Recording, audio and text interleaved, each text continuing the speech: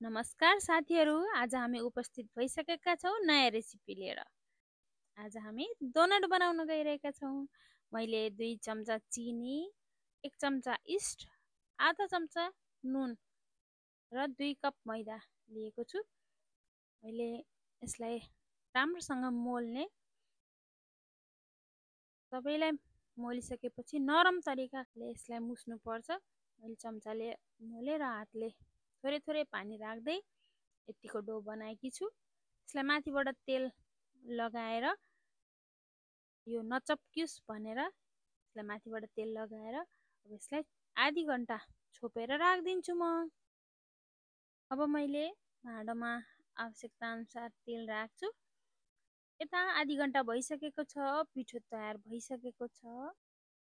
आफूलाई जसरी सजिलो हुन्छ त्यसरी सानसानो गोलो बनाउने र त्यो गोलोलाई मैले ढक्कनले बीचबाट काटेको छु अनि डोनटको आकार दिएकी छु। हजुरहरूलाई जेले बनाउँदा सजिलो हुन्छ त्यसैले बनाउन सक्नुहुन्छ। र तेल तातिसकेको छ। मैले तेलको पिँधमा अलिकति नुन पनि राखेको छु, तेल धेरै नसोसोस् भनेर। अब साइज अनुसार तपाईहरुले डोनटलाई तेलमा राख्न सक्नुहुन्छ। एउटा एउटा गरेर राखेको छु साथीहरु। मैले यो मिडियम तापमा भयो भने यसको भित्रसम्म पाक्छ। अब यसलाई हल्का रातो रातो भएपछि मात्र फर्काउनु पर्छ। हेर्न सक्नुहुन्छ साथीहरु, फुल्दै गएको छैन त डोनट।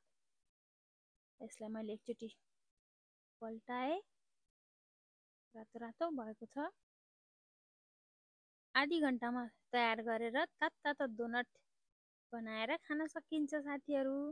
हजुरहरूले पनि ट्राई गर्नु है त, धेरै गाह्रो नै छैन।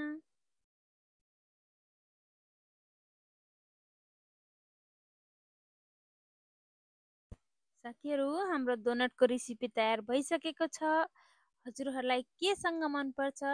चियासँग, चटनीसँग, अचारसँग हजुरहरूले खान सक्नुहुन्छ।